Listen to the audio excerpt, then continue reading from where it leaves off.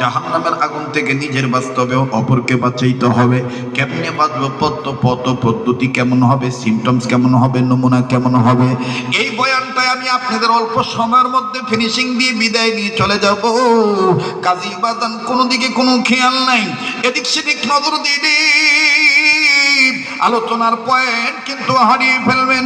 একটা কথাও যেন হাতছাড়া না হয়।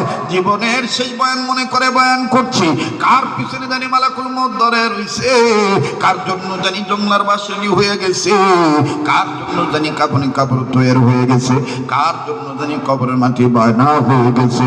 বাজানো আগামীকাল বাঁচবো না মরবো জানে একমাত্র আমার আল্লাহ। কথা বলেন ঠিক কিনা? এই 7 বছরের বালক জাহান্নামের আগুনের ভয় থেকে, জাহান্নামের আগুন থেকে বাঁচার লাগি যখন কান্দি, একদিন 2 দিন 3 দিন মুরব্বীরা লক্ষ্য করলেন, 4 দিনের দিন সময়টা ছিল বাদাল আসর, কোবাইলে মাগরিবের পূর্ববর্তী সময়ে, দোয়া কবুলের সময়। মুরব্বীরা বারান্দায় দাঁড়াইয়া মসজিদের ভিতরে এই 6-7 বছরের বালকে জাহান্নামের আগুন থেকে বাঁচার কান্নার অবস্থা দেখে মুরব্বীরা কয়, ঘটনা কি?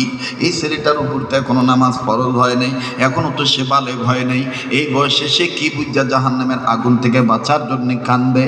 চলো না যাই বাচ্চাটাকে জিজ্ঞেস করি। আর একজন মুরব্বী কয়, এই কোবাইলে মাগরিবের সময় দোয়া কবুল হয়, এই বালক যদি আল্লাহর দরবারে কবুল হইয়া যায়, বালকের সাথে